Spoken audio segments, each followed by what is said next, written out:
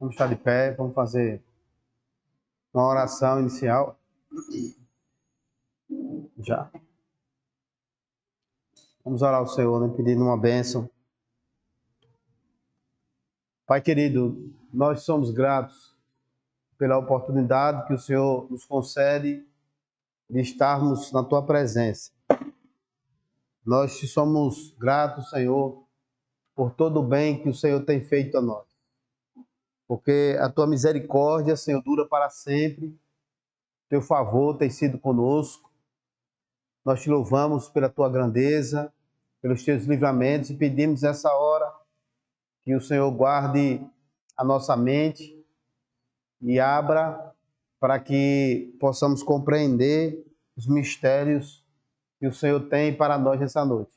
E guarda nossa mente de forma que não possamos fugir do foco, mas que todo o nosso coração possa estar voltado para o entendimento da Tua palavra nessa hora. Perdoa os nossos pecados, nos abençoa, nós oramos no nome de Jesus. Amém. Vamos sentar, irmãos.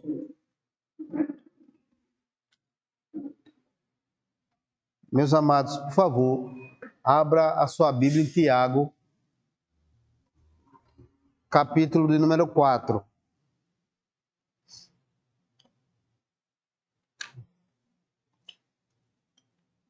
Tiago, capítulo de número 4.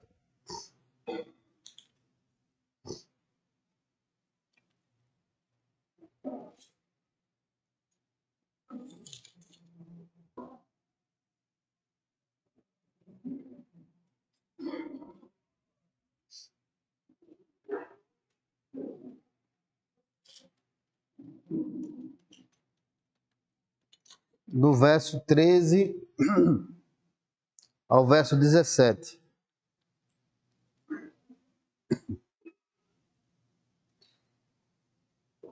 Diz assim a palavra do Senhor: Ouçam agora vocês que dizem, hoje ou amanhã iremos para aquela ou esta cidade.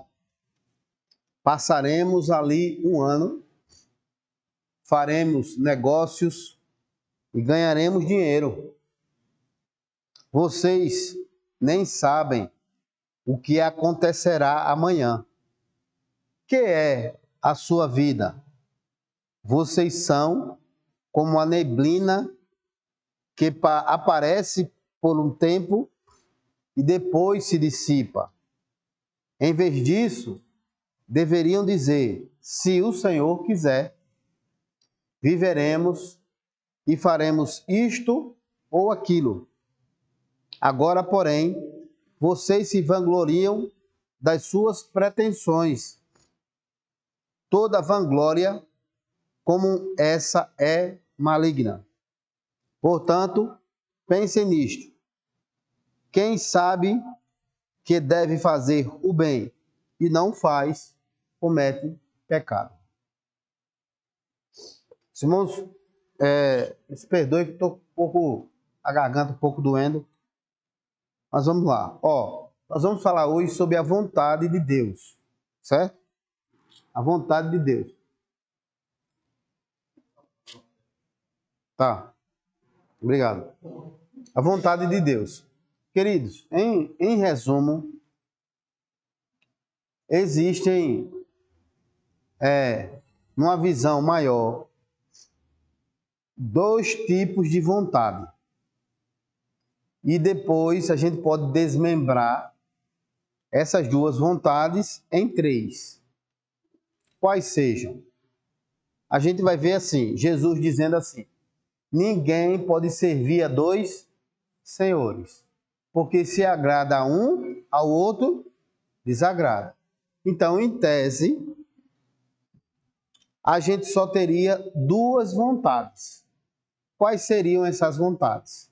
A vontade de Deus e a vontade que não seria de Deus. E a vontade que não seria de Deus seria a vontade do diabo, certo? Então existe a vontade de Deus e a vontade que não é de Deus, seria do adversário. Quando a gente vai verificar o primeiro homem, né, Adão, o Senhor, quando criou o homem, colocou no homem a sua vontade. Qual foi a vontade?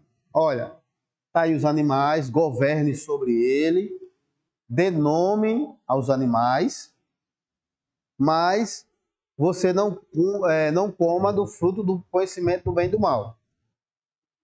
Porque se você comer, certamente morrerás. E aí chega o adversário e para Eva, né, faz a tentação e Eva cai. Ali, muito obrigado. Ali está estabelecida duas vontades. Qual é? A vontade de Deus, que era o homem crescer, se multiplicar ali, povoar a terra, dar nome aos animais, e tinha a vontade do adversário, que era derrubar o homem. Né? Se você comer, você vai ser semelhante a Deus. E você não vai morrer. Então, em teses, só recapitulando, nós temos duas vontades. A vontade de Deus e a vontade do adversário. Mas a gente pode, muito bem, entendendo o livre-arbítrio que o homem tem, trazendo a doutrina do livre-arbítrio, entender que existe uma outra vontade. Seria qual? A vontade do homem, a vontade do ser humano. Todavia, irmãos, a vontade do ser humano, ela sempre está governada pela vontade maior. Ou o homem é governado por Deus, ou o homem é governado pelo adversário. Não existe homem que não seja governado por Deus ou pelo adversário, porque Jesus foi bem taxativo. Aquele que não é por mim, é contra mim. Ninguém pode servir a dois senhores. Então, o Senhor Jesus ele foi bem taxativo em relação a isso, certo? Essa vontade de Deus, irmãos, ela sempre foi questionada e sempre foi uma luta para cumprir, por diversos aspectos. Porque a vontade de Deus não é entendida, a vontade de Deus ela não é perceptível,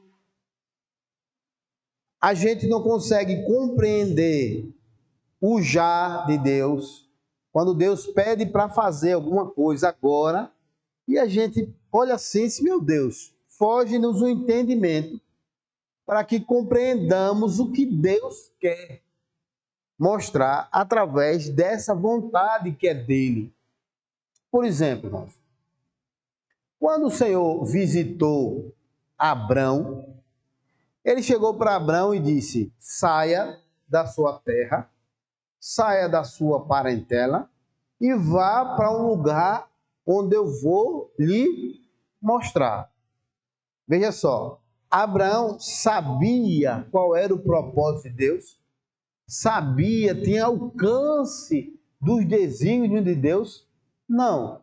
O Senhor disse em outra oportunidade: farei de você uma grande nação, você vai ser pai de uma grande nação, ser tu uma bênção, vou abençoar quem te abençoar e vai amaldiçoar quem amaldiçoar você.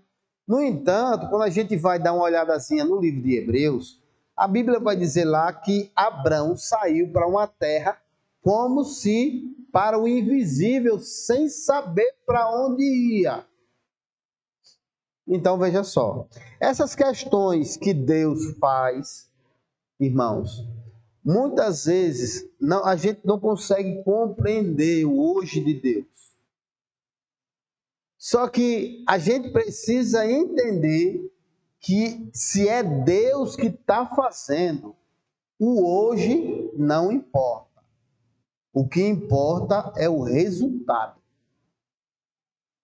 Entendeu? Então, se Deus está fazendo algo agora, olha, irmão, o agora muitas vezes não dá para entender. Por exemplo, o Abraão sai da sua terra. Como entender? um homem estabelecido na terra de Ur dos Caldeus. Ele lá não era crente não, irmão. Ele estava lá na cidade, mas o Senhor separou ele, falou com ele e foi caminhando com ele. Como entender? Para onde ir? O que fazer? Que direção tomar? Essas coisas são estranhas aos nossos olhos. O que é que o Senhor queria fazer? Separar um povo, criar um povo para ser a nação escolhida por ele, a nação Israel. Só que ele não dava para ele enxergar isso. Porque hoje a gente não consegue compreender. Certo? Eu vou trazer alguns textos e à medida que a gente for falando dos textos, a gente vai trazendo alguns exemplos mais. Vamos lá. Veja só, olha o que é que diz a palavra do Senhor. No Salmo 37, 34. Espere no Senhor e siga a sua vontade, e ele o exaltará, dando-lhe a terra por herança. Quando os ímpios forem eliminados, você o verá. Então veja, qual é a situação aqui? Ímpios que estavam se levantando contra o povo de Deus, mas o Senhor deu um recado através desse salmo. Inspirou o salmista para entender: faça a vontade de Deus. Siga a vontade de Deus. E não se preocupe, vocês vão entrar na terra e os ímpios vão ser eliminados. Então veja, o momento era de dificuldade, o momento era de luta, mas o Senhor disse: não arrede o pé de fazer a vontade de Deus. Cumpra a vontade de Deus. No tempo certo, você vai entrar na terra e os ímpios vão ser destruídos. Olha, aquele momento era um momento de dificuldade, mas o Senhor disse: faça a vontade do Senhor. Então, vamos lá. Olha o que diz Mateus 7, 21.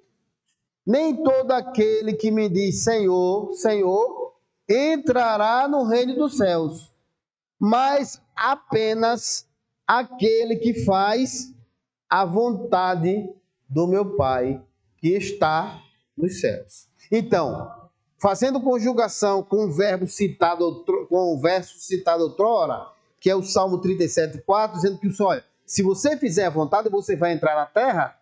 No Mateus 7, 21, ele vai dizer, olha, nem sempre aquele que vai dizer Senhor, Senhor, é aquele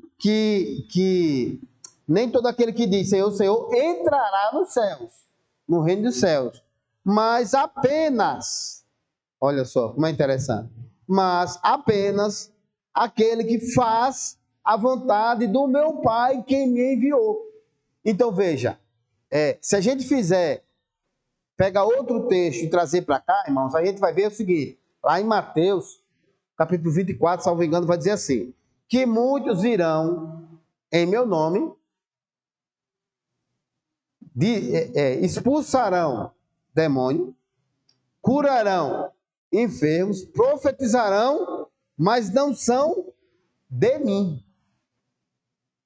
Não são de mim. E aqui ele vai dizer assim, aquele que diz, cadê aqui? Nem todo aquele que diz Senhor, Senhor, entrará no reino dos céus. Então veja só, pessoas que estão dizendo Senhor, Senhor, pessoas profetizando, curando enfermo, expulsando demônio, não significam que entram no céu. Paz, meus irmãos. Quando o Senhor disse que muitos se enganariam, até os eleitos, com cura e com expulsar de demônios, ele estava alertando para a igreja que ia ter pessoas nos últimos dias que ia curar, que ia expulsar demônio, mas que não era da parte de quem? Do Senhor. Porque o que é aquele que é da parte do Senhor, não é aquele que cura, não é aquele que liberta, não é aquele que diz Senhor é Senhor, não é aquele que é usado em dons e visão e sonho, mas é aquele que faz a vontade do Senhor. faz a vontade do Senhor. Daqui a pouco a gente vai falar o que seria essa tal de vontade do Senhor. O salmista disse no Salmo 40, verso 8, diz assim: tenho grande alegria em fazer a vontade de Deus. Tenho grande alegria em fazer a vontade. Oh, meu Deus, a tua lei está no fundo do meu coração. Aqui ele já dá uma dica, né? Tenho grande alegria de fazer a tua lei, ó meu Deus, fazer a tua vontade, meu Deus, e a tua lei está no fundo do meu coração. Então aqui já dá uma primeira dica do que seria essa grande vontade de Deus. Que seria? Isso, exatamente. A lei do Senhor, que é a sua santa e gloriosa palavra. Daqui a pouco a gente vai explicar algumas coisas mais. E aí, irmãos, veja só. No Salmo 143, verso 10, ele vai dizer assim: ensina-me a fazer a tua vontade, pois tu és o meu Deus. Que o teu bondoso Espírito me conduza por terreno plano. Terreno plano. Então veja, ensina-me a fazer a tua vontade. Então veja, irmãos, a gente recheou aqui e tem muito mais textos falando sobre isso. Deixa eu encerrar aqui. Lucas 22, 41 e 42. E ele se afastou deles a uma distância pequena e ajoelhou-se e começou a orar. Pai, se quiseres, afasta de mim esse cálice. Contudo, não seja feita a minha vontade, mas a tua. Quem foi que disse isso? Jesus. Então, que foi que o Senhor disse? Que a minha comida e a minha bebida, Jesus disse, a minha comida e a minha bebida é fazer a vontade daquele que me enviou. Então, Jesus estava comprometido com a vontade de Deus. A vontade de Deus. Certo? João capítulo 9, verso 61, isso aqui você vai ficar impactado. Sabemos que Deus não ouve pecadores, mas ouve o homem que o teme e pratica a sua vontade. Veja, irmãos, evidentemente que um homem, se fizer um clamor a Deus, evidentemente, pedido de socorro a Deus, Deus vai escutar. Principalmente se o homem, por exemplo, o cego de Jericó, que estava à beira do caminho, ele fez um clamor de misericórdia. Jesus parou para atender, sim ou não? Sim, mas ele não está falando disso. Ele está falando daquele que está no caminho e que se presta a não fazer a vontade de Deus. É isso que ele está falando. Porque senão, né? Que Deus é esse, né? Deus amou o mundo para que todo aquele que nele crê. Então, o pecador, quando ele clama ao Senhor, quando ele ora ao Senhor com sinceridade do coração, é evidente que o Senhor aceita. Mas a própria Bíblia, ela vai dizer para aqueles que estão no caminho, né, aqueles que dizem que estão no caminho, dizendo, sabemos que Deus não ouve pecadores. O que é esses pecadores? Pastor, mas todos nós somos pecadores. Entenda esses pecadores aqui como um pecadeiro. Como aquela pessoa, quanto mais do pecado, ela não se arrepende, ela continua praticando e vai ficar praticando aquele pecado, não se arrepende, não deixa de lado o pecado, ela continua com aquelas práticas pecaminosas, dia após dia, dia após dia. Esse é o pecador do qual o texto de João vai falar sobre ele. E ele diz assim, mas o homem que teme, porque quando você teme a Deus, o que é que você quer em relação ao pecado? Se afastar dele. Você quer fazer aquilo que é a ordem do Senhor para a mulher, que foi para a mulher adúltera. Vai e não peques mais. Então a nossa luta, agora eu posso dizer, nós não pecamos não, pecamos. Somos pecadores. Mas a gente não pode, irmãos, nos conformar com o pecado e viver com o pecado como se fosse algo natural. Porque é vontade de Deus que a gente se santifique. E o que é santificar? Quem é limpo, limpe-se mais. É isso que o Senhor quer, o desejo do coração dele, em relação à nossa vida. Aí, ó, veja, 1 de João, capítulo 5, verso 14 e 15, diz assim: esta é a confiança que temos ao nos aproximarmos de Deus. Então, no momento que a gente se aproxima de Deus, nós temos uma confiança. Qual é? Se pedirmos alguma coisa de acordo com a vontade de Deus, Ele nos ouvirá. Certo? Então veja, por que às vezes a gente ora e não acontece algumas coisas? Entre tantas coisas que podem estar acontecendo, uma delas, são muitas, mas uma delas é porque a gente pede aquilo que não está na vontade de Deus. Então existe uma vontade de Deus, irmãos, que é soberana. Existe uma vontade de Deus que Ele quer. E muitas vezes a minha vontade não é a vontade de Deus e a vontade dele não é a minha. Por isso que algumas vezes a gente vai orar por determinadas coisas e o Senhor não vai nos dar, porque Ele não quer.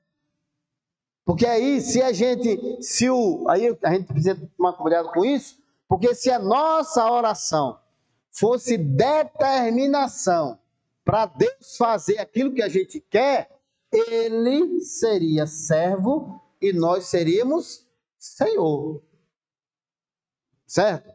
Então, veja que até a nossa oração, irmãos, para ser atendida, tem que estar de acordo com a vontade de Deus. Olha só, outro verso, Marcos 3, 33 e 35, diz assim: quem é minha mãe e quem são os meus irmãos? Perguntou ele. Então olhou para os que estavam assentados ao seu redor e disse: aí estão a minha mãe e os meus irmãos. Quem faz a vontade de Deus, este é meu irmão, minha irmã e minha mãe. Em resumo, ele quis dizer assim: minha família é todo aquele que faz a vontade de Deus. Todo aquele que faz a vontade de Deus. E aí, irmãos, que vontade é essa, né? Será que essa vontade é boa? Para o momento, às vezes não. Já vou dizer para os irmãos. Por exemplo, quando o Senhor diz assim: quer vir após mim, negue-se a si mesmo. Tome a sua cruz e siga-me. Quando o Senhor diz negue-se a si mesmo, esse negar a nós mesmos é coisa fácil de fazer? É a coisa mais difícil do mundo. E é uma luta nossa que vai permanecer por muito tempo. Até pelo menos Jesus voltar, a gente está lutando contra nós mesmos. A Bíblia diz que há uma milícia entre o Espírito e a carne.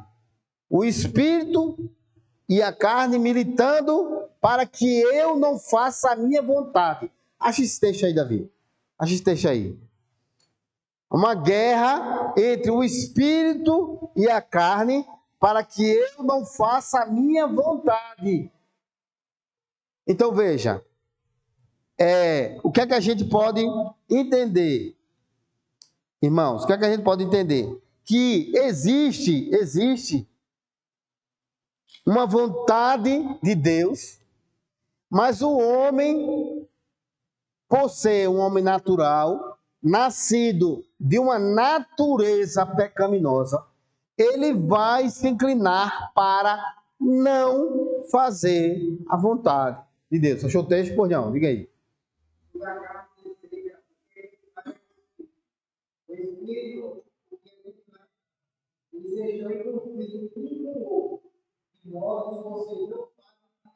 Olha, tá vendo aí? De modo que vocês não fazem o que desejam. Ou seja, ou a gente faz aquilo que o Espírito determina, ou aquilo que a carne determina. Então, essa milícia está sempre contra nós. Então, veja só, irmão. A gente veio, irmãos, a nossa natureza, a natureza do homem é pecaminosa. O homem é depravado em todos os seus sentidos. Tudo que tiver de ruim, o homem se inclina para isso. Quem já ouviu aquela frase que diz assim: é proibido, mas é gostoso. Das coisas proibidas é que a gente gosta. Não vire, aí a pessoa vira. Não coma, a pessoa quer comer. Por que é que isso acontece? Por que o princípio não é o de obedecer? Isso vai desde o primeiro homem. O princípio era não coma. Aí o adversário chegou e disse coma. Por que é que o proibido atrai? Porque a natureza do homem não está para, no geral, fazer aquilo que é errado. A natureza, a forma com que o homem foi criado foi perfeito. Mas o homem, depois que caiu do Éden, caiu a natureza do homem e o homem perdeu aquela imagem e semelhança de Deus. Ele perdeu e agora virou um ser depravado em todos os seus sentidos. Certo? Agora, veja só. E nós estamos diante da vontade de Deus. Será que a vontade de Deus é boa? Vamos lá, vamos ver. O texto aqui, Romanos 12, 2, diz assim: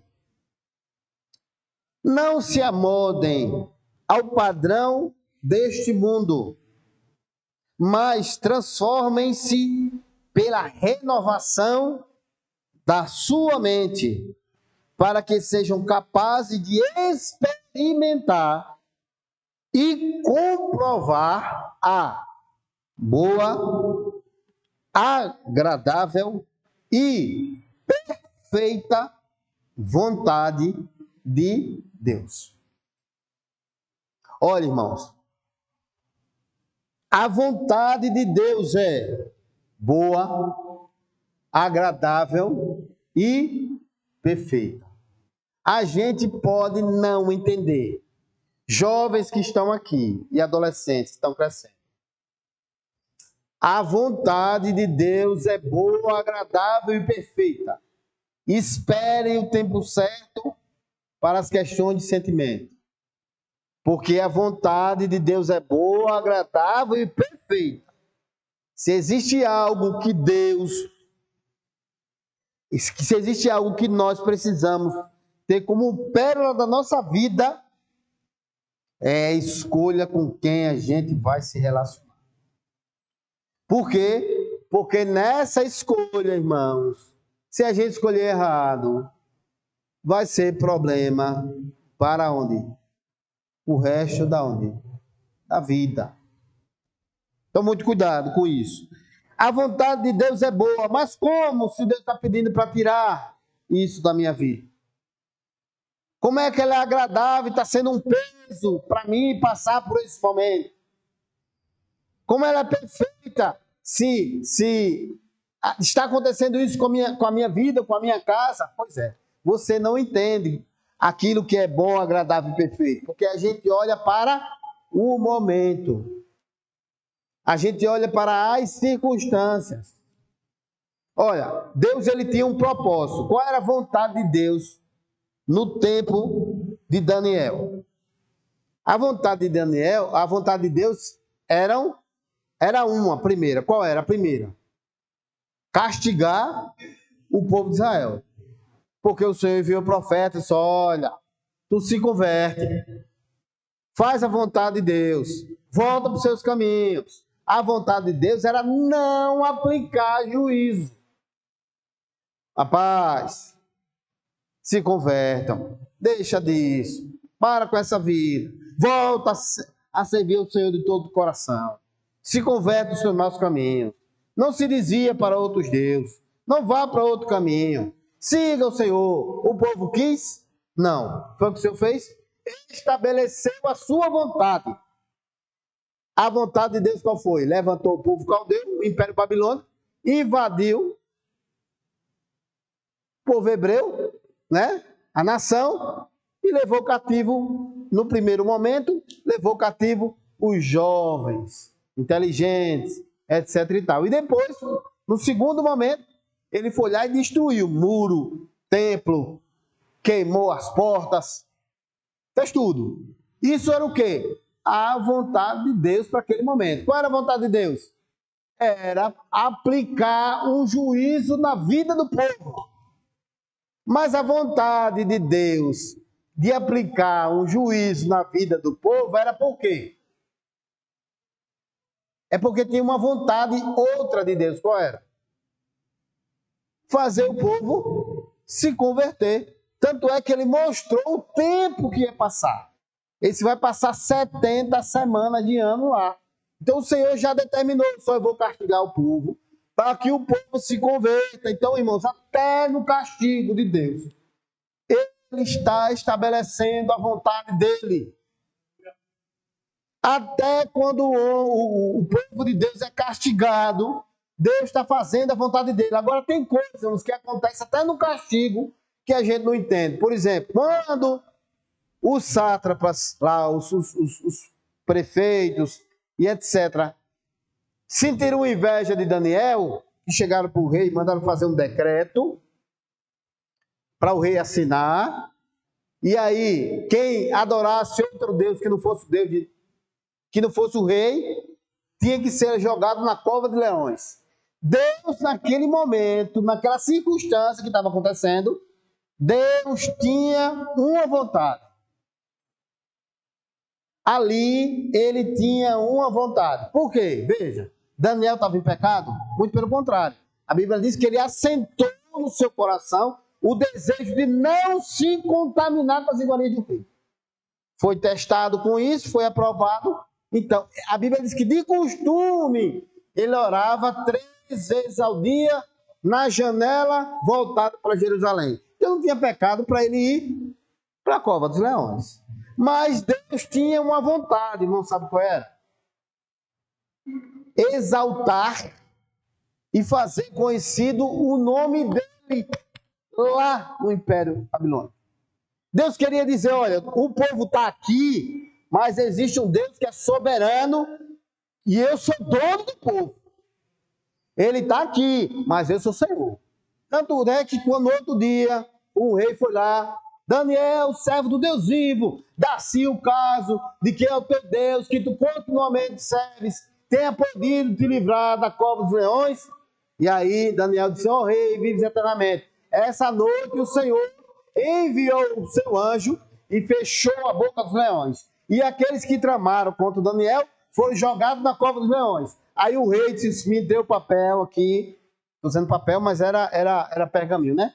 Traga a caneta aqui que eu vou escrever. Que durante todo o meu império não haverá outro Deus que deve ser servido a não ser o Deus de Daniel.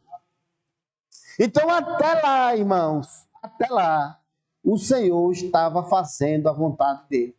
Porque o adversário estava oprimindo o povo, mas a caneta que escrevia a história era a caneta de Deus. A Bíblia diz que no rio, junto ao rio, estava lá Ezequiel, quando ele viu a glória de Deus. Irmãos, a glória de Deus não apareceu mais em Jerusalém, porque o povo não estava servindo a Deus. O povo estava em outros deuses, servindo a outros deuses. Só para lembrar os irmãos, Ezequiel foi um profeta também que foi sequestrado e levado para a Babilônia junto com Daniel. Ezequiel foi um deles, um profeta daquele momento. E quando ele estava lá junto ao rio, veio aquela imagem, irmãos, que nós falamos aqui do anjo, né? Aquele anjo maravilhoso, um anjo querubim, cabeça de boi, cabeça de um monte de cabeça, aquela glória do Senhor que resplandeceu naquele lugar. Aí, olha o que nós estamos dizendo aqui. Nós aprendemos até, no curso de teologia. A glória do Senhor não estava lá. Deus revelou a sua glória lá no cativeiro babilônico. Porque na história, irmãos, a caneta de Deus não falta tinta. Porque Ele faz aquilo que Ele quer. Porque Ele é soberano e faz a vontade dEle. Então ele chama um profeta e manifesta a glória dele lá no Império Babilônico. Às vezes, meu irmão, o meu trabalho é uma dificuldade, é uma luta, pois é lá que Deus quer manifestar a sua vontade e mostrar para você o quanto a glória dele se faz presente na sua vida. Irmãos, Deus tem uma vontade que é perfeita, verdadeira, é agradável. Só que a gente não entende. Principalmente, quando é que a gente não entende, irmãos? A gente não entende quando a vontade é para a gente fazer aquilo que a gente não quer, deixar de fazer aquilo que a gente sempre gosta de fazer, retirar da nossa vida aquilo que a gente não quer deixar e colocar na nossa vida aquilo que a gente não quer que coloque. Olha, irmãos, o corpo humano, por exemplo, o corpo humano, ele é formado para não fazer nada. Porque, assim, a biologia do corpo humano, né?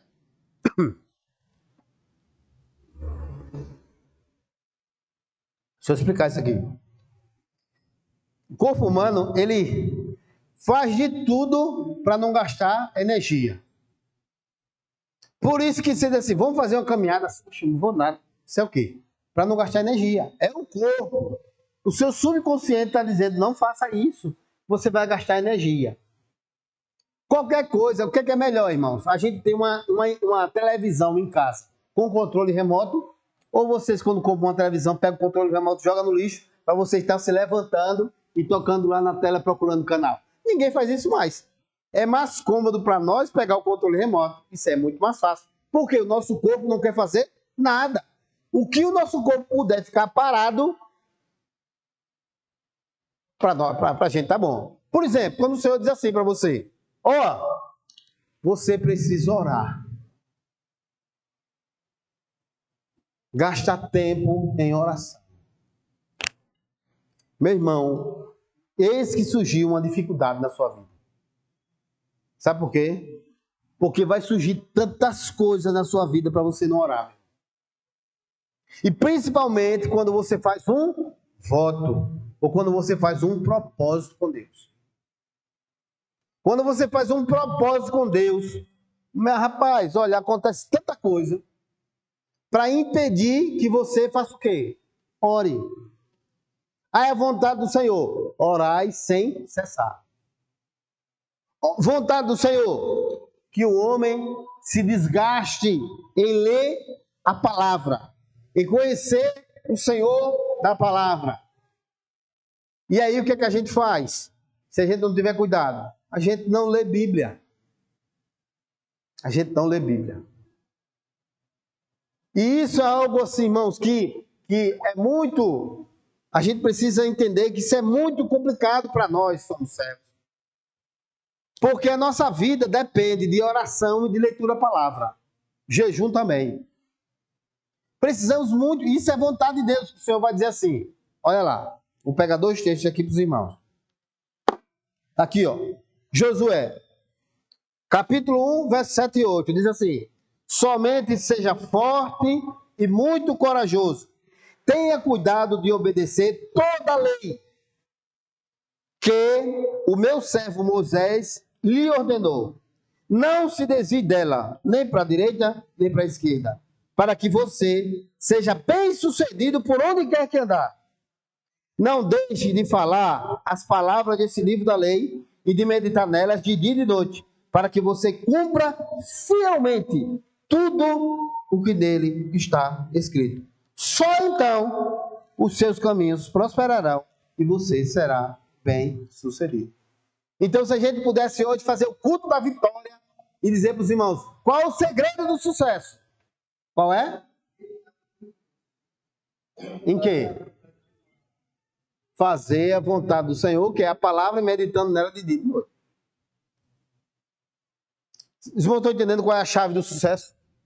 Irmãos, olha, deixa eu dizer uma coisa. Deixa eu ler outro texto aqui. Deuteronômio, capítulo 28, verso 1 e 2, diz assim, se vocês obedecerem fielmente ao Senhor, ao seu Deus, e seguirem cuidadosamente todos os seus mandamentos,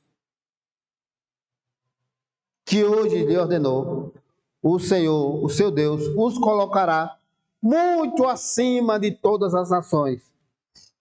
Todas essas bênçãos virão sobre ti. As bênçãos virão sobre ti. E te acompanharão se você obedecer ao Senhor, ao seu Deus. Então, e será que fielmente obedecer ao Senhor, tendo cuidado de seguir todo o mandamento de Deus. Então, veja só, irmãos. Deus tem uma vontade que é perfeita, que é boa, que é agradável para nós, que é o segredo de sucesso. Se eu fizer, as bênçãos do Senhor vão me acompanhar, vão me alcançar, que é o quê? Fazer a vontade de Deus que está descrita na sua palavra. Olha só o que eu vou dizer aqui, meu, muito sério. Te ensinaram a esperar Jesus voltar, mas não te disseram o que fazer com a sua vida antes da vinda dele. E tudo que nós precisamos saber está escrito aqui na Bíblia, palavra de Deus. A Bíblia, irmãos, vem mostrar como deve ser o comportamento do pai para com o filho. Está na Bíblia. A Bíblia mostra como deve ser o relacionamento dos filhos com os pais. A Bíblia vai mostrar como o homem deve se relacionar com a mulher. A Bíblia vai mostrar como a mulher deve se relacionar com os homens. A Bíblia vai mostrar como o patrão deve tratar os seus empregados. E vai mostrar também como os empregados devem servir ao patrão.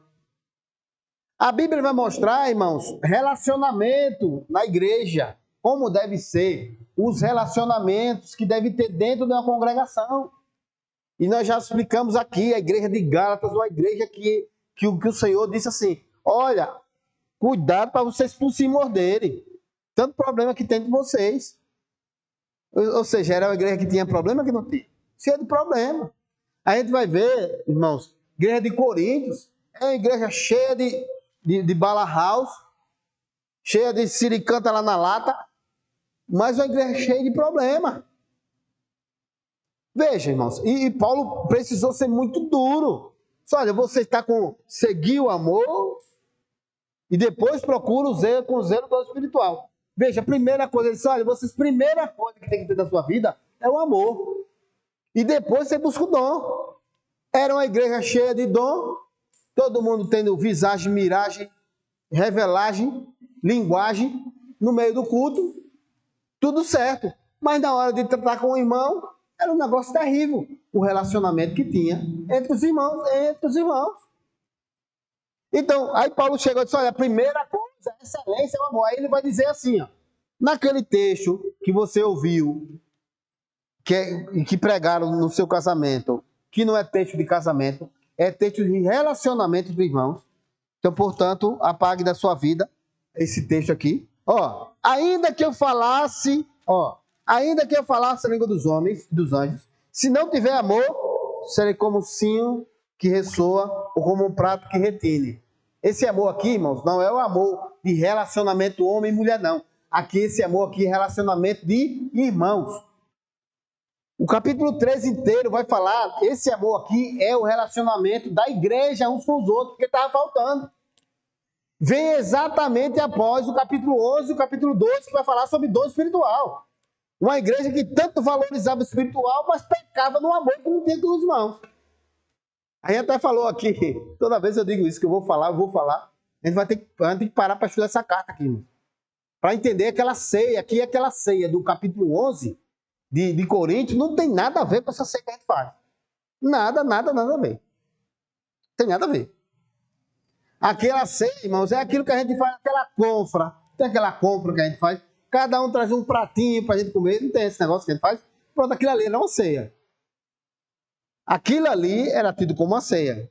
Então as pessoas traziam comida, né? Já explicamos aqui. Aí as pessoas que tinham mais condições traziam aquela comida maravilhosa e o pobre chegava depois. Aí quem chegava primeiro, eu vou comer logo. Enche aqui o meu prato, bota aqui 5 vasilhas para levar para casa. Bota aqui não sei para onde, não sei o que, vai, não sei o que. Aí quando o pobre chegava, comia o quê? Nada. Aí Paulo chegou para ele e disse assim, quer comer? Não, chegue cedo não. Come em casa, miserável. Entendeu? Então veja, o Paulo estava tratando, irmãos, de relacionamento. Aí ele começa a falar, ó, se você, olha, tanta coisa que ele fala de amor aqui, ó. Ainda que eu falasse a língua dos anjos, dos homens e dos anjos, se não tiver amor, não vale de nada, irmãos. Então ele estava tratando de relacionamento. Ó, irmãos, o maior conceito de igreja é relacionamento. Porque se você tiver com raiva do irmão, você não tem relacionamento. E se não tem relacionamento, não vai para o céu. Os irmãos acreditam que existem pessoas, pelo menos até agora eu não estou tendo conhecimento disso não, mas existem pessoas dentro de igrejas que não falam com o outro, mas estão esperando Jesus voltar. Que tem raiva do outro, que não fala com o outro. E a vontade de Deus que você tenha comunhão uns com os outros. Que tenham tudo em comum. Cadê? Mas Jesus voltando, vai voltar. Como é aquele louvor que a gente canta? Maranata, hora vez. Está pedindo para Jesus voltar. Só que a gente precisa entender, irmão. Eu só quero dar ênfase aqui, ó.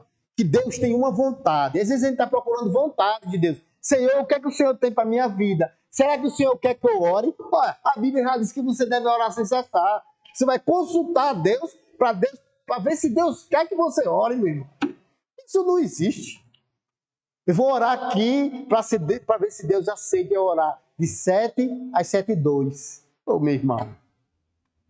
Se a Bíblia diz orar sem cessar, você vai perguntar se Deus quer. É evidente que Deus quer, porque está escrito que nós devemos orar sem cessar. Será que o Senhor quer que eu agradeça a Ele? Será que o Senhor... Vamos consultar para ver se o Senhor quer que eu agradeça a Ele sobre determinado assunto. A Bíblia diz, em tudo dá graça. Em tudo dá graça. Já está na luta, graças a Deus. Passando pela prova, graças a Deus. Tudo eu tenho que dar graças ao Senhor por tudo. Aí eu vou perguntar ao Senhor se Ele permite que eu dê graças a Deus por isso. Isso não existe, irmãos. A vontade de Deus está aqui. O problema, sabe qual é, irmãos? Eu quero ser sincero aqui. O problema é que as pessoas nos dão lupa para a gente ler a Bíblia. E você termina entendendo só o que as pessoas passam para você. E isso é um problema para você e para mim. Nós precisamos, irmãos, ser como os crentes de Bereia. Como eram os crentes de Bereia? Era o pastor pregando e o crente aqui, ó. Espera aí, deixa eu ver se está certo aqui. Está certo. Era o pastor pregando e o crente confirmando na palavra, conhecendo Bíblia, conhecendo a vontade de Deus, conhecendo a Bíblia. O que é que a gente faz, irmão? Sempre a gente vai arrumar um tempo para dizer que não tem tempo de ler a Bíblia. Agora, como é que eu vou fazer a vontade de Deus se eu não leio a Bíblia? Por exemplo,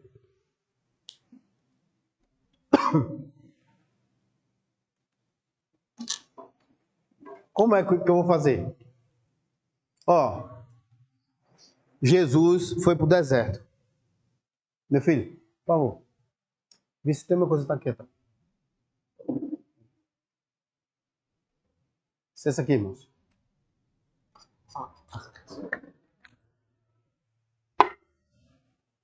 Jesus foi para o deserto. Foi conduzido por quem para ser tentado?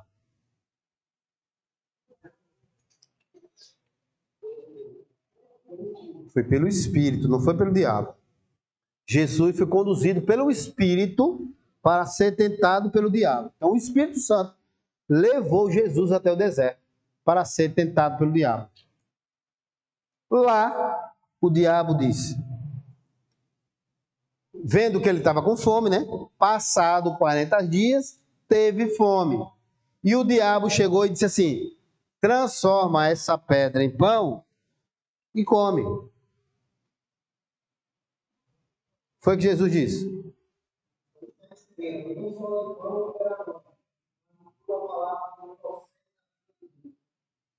Não só de pão, viverá o homem, mas de toda palavra que vem da boca de Deus.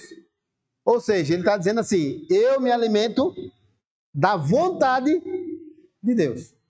Agora, irmãos, se alimentar da vontade de Deus para a fome supria aos nossos olhos? Supria não, é melhor comer.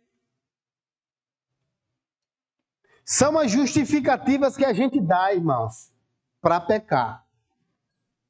Para a gente não fazer a vontade de Deus. Ah, porque isso aqui, ah, porque isso aqui. As desculpas que a gente dá para não fazer a vontade de Deus. Ah, mas veja só, pastor, o senhor precisa entender que nessa hora eu estava com fome. Foi por isso que eu comi. Transformei. Era como se Deus chegasse a Deus. O senhor me perdoe aqui, mas eu estava com fome 40 dias. Eu tive que comer. O senhor me perdoe. E aí ele ia ter razão, porque ele estava com fome mesmo. Mas eu pergunto aos irmãos, talvez a minha esposa já conheça aí. Qual foi a palavra que foi dada por Deus que fez com que Jesus não pecasse? Naquele momento, para transformar pedra em pão.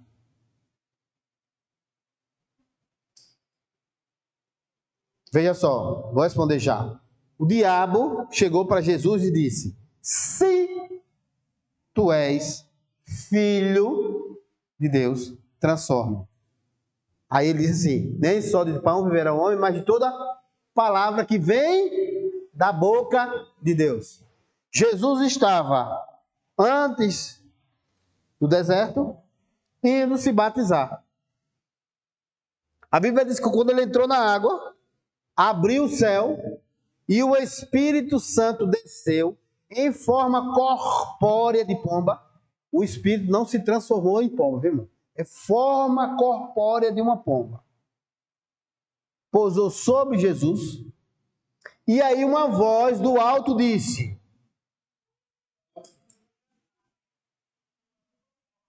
este é o meu filho amado, em quem me compraste. Jesus, ele ouviu a voz de Deus que veio do céu dizendo: você é meu filho, em quem eu tenho prazer. Você é o meu filho. Aí chega o adversário e diz: se você é filho, transforma a pedra em pão. Aí Jesus chega para o adversário, Jesus diz assim: nem só de pão viverá o homem, mas de toda palavra que vem da boca de Deus. Qual foi a palavra que veio da boca de Deus? Eu sou filho de Deus. E não preciso mostrar para você, Satanás, que eu sou filho de Deus. Não preciso mostrar para você. Porque eu já tenho a palavra. Irmãos, nós já temos a palavra. A gente só precisa ler. Fundamentar a nossa vida pela palavra. Viver conforme a palavra. Conselho de Deus para Josué: olha, faça tudo o que Moisés disse. Não se desvie nem para a direita, nem para a esquerda, e você será bem sucedido no que fizer. Então você está dando um segredo do sucesso da sua casa, do seu casamento, dos seus filhos, da sua família, da sua empresa, é fazer conforme a palavra do Senhor vos mandar. Agora, irmãos, como a gente é um homem depravado por natureza, a gente vai ser tentado a não fazer aquilo que é correto, para fazer aquilo que é errado. O que dizer, por exemplo, chega um fiscal da prefeitura, e aí, fulano, tudo bom? Tudo bom. E aí, quando é que você paga de nota fiscal aí? Não, eu pago, rapaz, pago caro, pago uns 10 mil contas aí. Não, ó, se você me der tanto, eu baixo isso aqui para 300 contos. Era para você pagar 10 mil por mês, mas tu me dá 1.000 aqui, 300 por fora. Bom negócio ou mau negócio? Aos olhos humanos. Excelente negócio.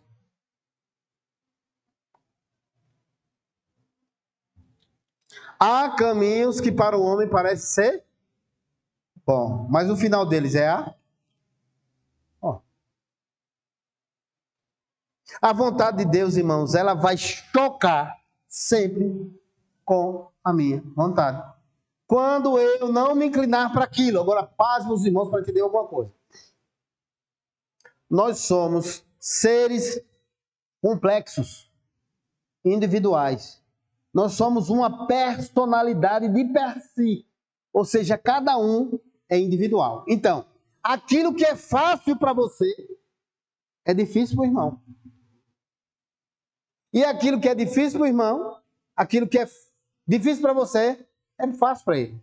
Portanto, irmãos, quando a gente observa as pessoas olhando para as outras, dizendo, isso aí não faz a vontade de Deus, não. A pergunta é, irmão, será que eu faço? Porque, irmãos, olha, eu dei uma palavra para os irmãos que eu vou trazer aqui. Ó. O senhor está pedindo para eu falar essa palavra aqui. De repente não seja nem para a gente, mas para aquele que vai escutar essa palavra depois. Ó. Os irmãos sabem onde é que fica o maior tribunal de crente?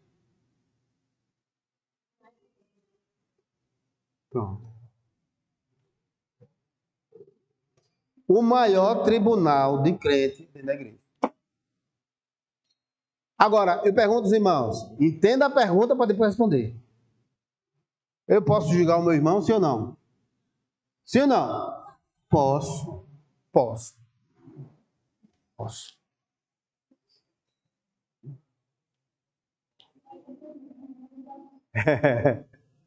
Pastor, me prova aí que posso. Primeiro eu vou dizer o que não pode, para depois dizer o que pode. Não julguei para que não sejais julgados, porque na régua que você medir, você será medido. Essa é a parte que não pode. Porque esse julgamento é para condenar.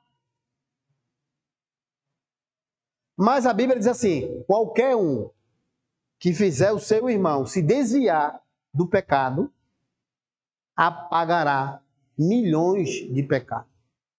Quem fizer o irmão se desviar e salvar ele, vai apagar da sua vida milhões de pecados. Como é que a gente faz isso sem julgar o irmão?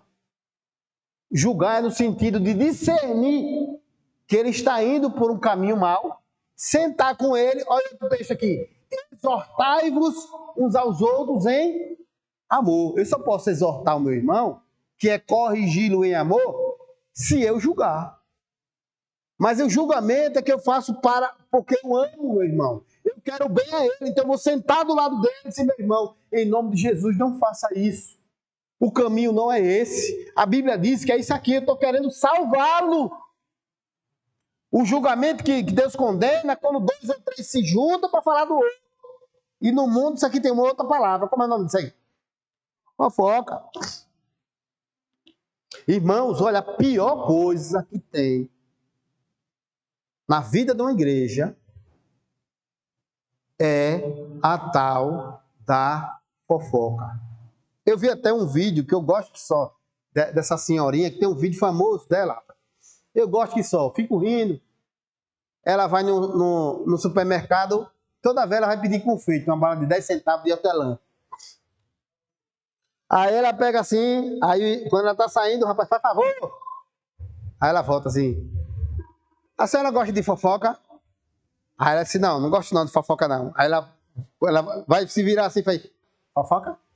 Que fofoca? Porque ela quer saber a fofoca. Irmãos, olha, deixa eu dizer uma coisa para vocês, irmãos. Olha, quando o Senhor diz assim, carregai as cargas dos outros, Ele está dizendo que você está julgando que o irmão, a carga do irmão está pesada. E você vai fazer de tudo para ajudá-lo. Meu irmão, como é fácil a gente apontar dedos para a pessoa. Mostrar defeito na vida das pessoas. Vamos lá. Prática na Bíblia. Os homens chegaram, viram uma mulher em flagrante adultério. Mulher adúltera. Pega a mulher, arrasta ela. Jesus estava no templo ensinando. Colocam ela no meio, a mulher fica em pé. E os homens, escribas e fariseus, chegam para Jesus e dizem assim, essa mulher foi pega em flagrante. A lei manda matar. E tu o que dizes? Quem eram os escribas e fariseus, irmão? Religiosos. Que naquele ato não mostrou de misericórdia nenhuma. Antes expôs a mulher a uma situação vexatória, ridícula. E a intenção deles não era nem apedrejar a mulher. Vocês vão saber disso. Ele não queria nem saber o que a mulher cometeu. Eles só queriam pegar Jesus numa falha para o condenar. Veja, Jesus era um irmão também. Era filho de Deus, mas era um irmão.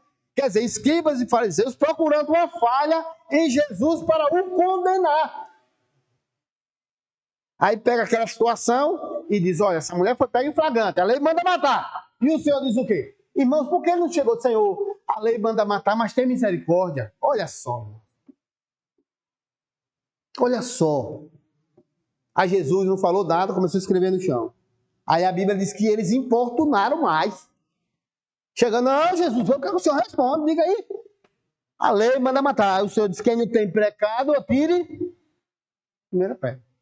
Aí a Bíblia diz assim, dos mais velhos aos mais novos, saíram todos. E Jesus ficou ele e ela. E ele chegou para ela e disse, nem eu te... Olha, se Jesus, irmão, não está para condenar, por que é que a gente vai fazer a vontade do capeta para poder condenar o irmão? Ó, vou dar exemplos aqui, viu, irmão? Como a gente condena. Por exemplo, a gente tem as figurinhas nossas. Meu, a de Maninho, tem a figurinha do Josenildo.